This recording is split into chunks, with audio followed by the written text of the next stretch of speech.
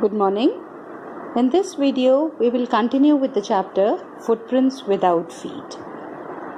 So, we read that when the landlord and his wife, they found Griffin's room open.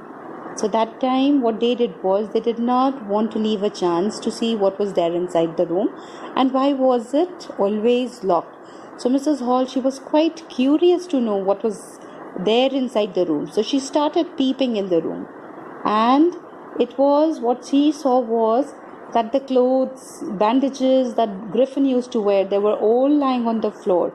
And suddenly, what happens is the hat, it started moving from the bedpost, and it did hit Mrs. Hall on her face.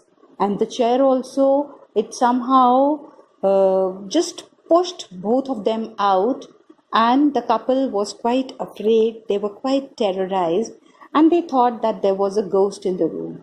So these people, both of them, they cried and they just ran downstairs just to save their life.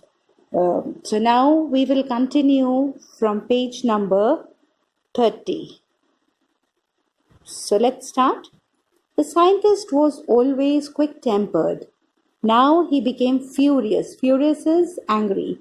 "You don't understand who or what I am," he shouted. "Very well, I'll show you." So now he was quite angry also. So what he did was, he said that these people, they do not understand. He was quite angry. Why both of them, they were looking in the room. Why they were peeping in his room. So he just told them that I'm going to tell you who I am. And then after that, what he did was, suddenly he threw off bandages, whiskers, spectacles, and even nose. It took him only a minute to do this. The horrified people in the bar found themselves staring at the headless man. So now in this, what is given here is this person, like he was wearing clothes, so only the clothes could be seen, but above the neck, he was invisible. So it seemed as if a headless person was moving on the street.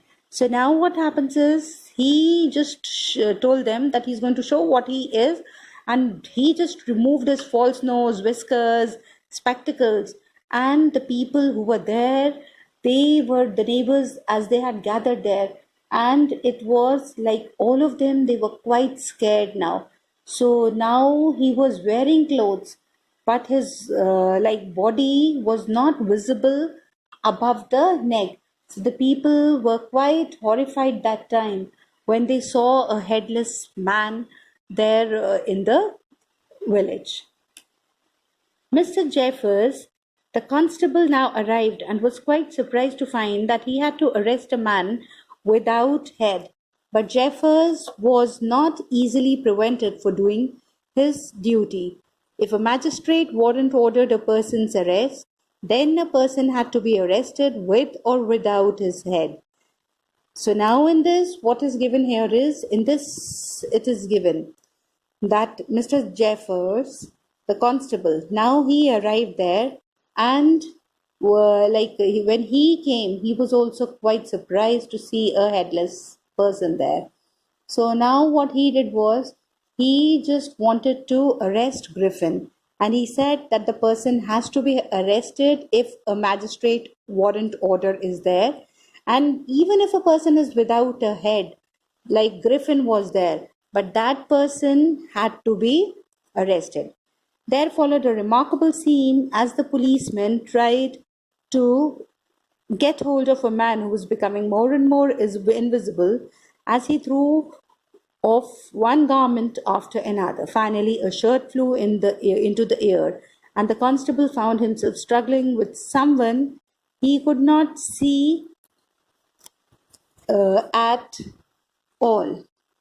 Some people tried to help him, but found themselves hit by blows that seemed to come from nowhere.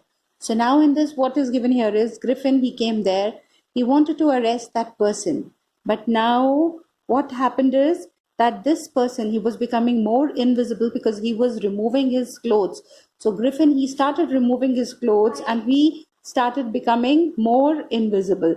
And finally what happens is his shirt flew into the air, and the constable, he was struggling that time because he could not see anything that time, and there were other people also who were there. And what they did was, like, they could feel feel that somebody was hitting them. There were blows that were coming, and it seemed to be there was no person visible, but still there they could feel that somebody was hitting them.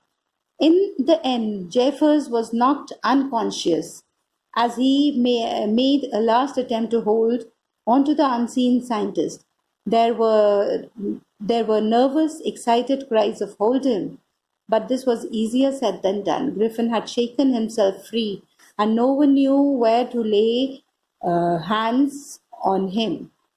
So now what happens is, in this, now it is given that like people, they could feel the blows, and soon Griffin, he became free, and nobody knew where to lay hands on him. So Griffin, he came out of the inn and he started walking on the road, and now again he was a free person.